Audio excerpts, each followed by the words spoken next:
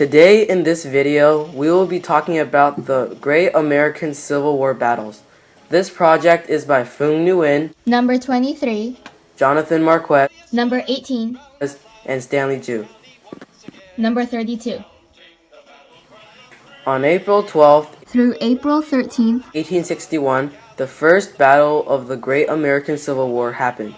It was called the Battle of Fort Sumter. This battle was not the first major battle, but it was the first battle of the Civil War. Fort Sumter is an island fortification located on Charleston Harbor, South Carolina. There was a secession crisis that followed after President Abraham Lincoln's election, and many threats were made to federal troops occupying forts in the South. One issue was controlling Fort Sumter. An appointed Confederate general named Beauregard was told to demand surrender of Fort Sumter. If they refused, Confederates would open fire. U.S. Major Robert Anderson, the one who occupied the unfinished Fort Sumter, refused to surrender, and shots were fired. Fortunately, there were no casualties, but the Confederates won the battle. Fort Sumter became most known for being the site of shots fired of the Civil War.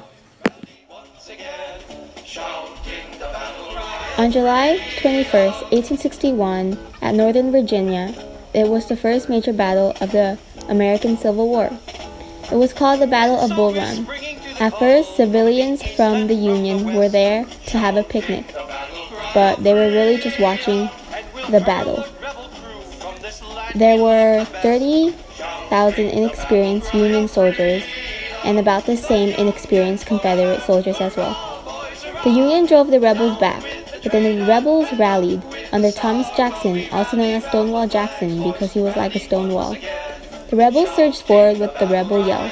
It terrified the Yankees, which caused them to retreat and run back and collide with the civilians. In the end, the Confederates won. On March 7, 1862, in northeast of Arkansas, another battle occurred. This battle was called the Battle of Pea Ridge, also known as the Battle of Elkhorn Tavern. By the spring of 1862, Union forces had pushed the Confederates south and west. A Confederate army of 16,000 men under Major General Earl Van Dorn set out to counterattack the Union position near Pea Ridge. Knowing about Van Dorn's approach, some 10,000 Federals of General Samuel R. Curtis's Army of the Southwest marched to meet the rebels. Union forces under General Samuel Curtis clashed with the army of General Earl Van Dorn. Surprisingly, even though Curtis had way less soldiers, they still won. On April 6 to 7, 1862, the Union with 40,000 men camped at Pittsburgh Landing, 20 miles from Corinth, Mississippi, near the Church of Shiloh. Later, more troops from Nashville came. On April 6, the Confederates surprise attacked and drove the Yankees led by Ulysses S. Grant back to the Tennessee River. On April 7th, the Union recovered, and they defeated the Confederates, who withdrew to Corinth. In total, both sides suffered more than 20,000 casualties, but at the end, the Union controlled Corinth on May 30th. They almost controlled the whole Mississippi River. On September 17, 1862, a Union general, George B. McClellan, who was very cautious, waited 4 days to attack the Confederates. This meant that the Confederates, under General Robert E. Lee, could gather forces near Sharpsburg, Maryland, along the Antietam River. On September 17, the two armies clashed, and this was the bloodiest day of the entire war. Each army had 6,000 killed, and there were 17,000 severely injured. On September 18th, Lee withdrew to Virginia, and the Union won. South lost chance to gain support from Britain and France. Lincoln used this battle as action against slavery. Now they had a new Union goal, to free the enslaved people.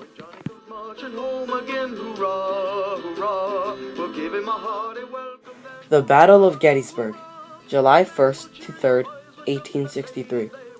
The Battle of Gettysburg is considered the most important engagement of the American Civil War.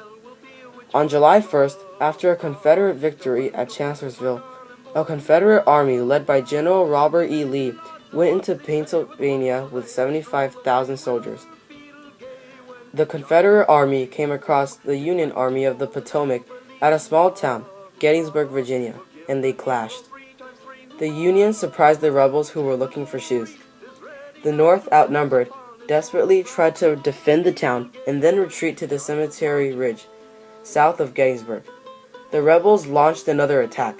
The Union counterattacked and saved the Union's position. Lee decided to attack, led by George Pickett with 14,000 soldiers, to advance a half-mile open ground to Union lines. This was an easy target for the Union.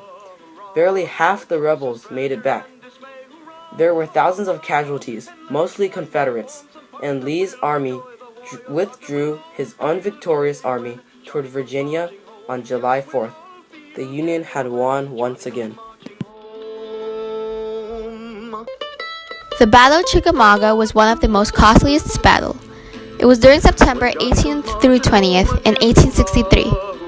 Union soldiers were under William Rosecrans, and there were 60,000 of them. Confederate soldiers were under Braxton Bragg, and there were 65,000 of them. On the 19th, they both met at a wood near the banks of the Chickamauga Creek. There, the Confederates repeatedly attacked the Union. The next day, the 20th, Confederates burst through a gap in the Union lines.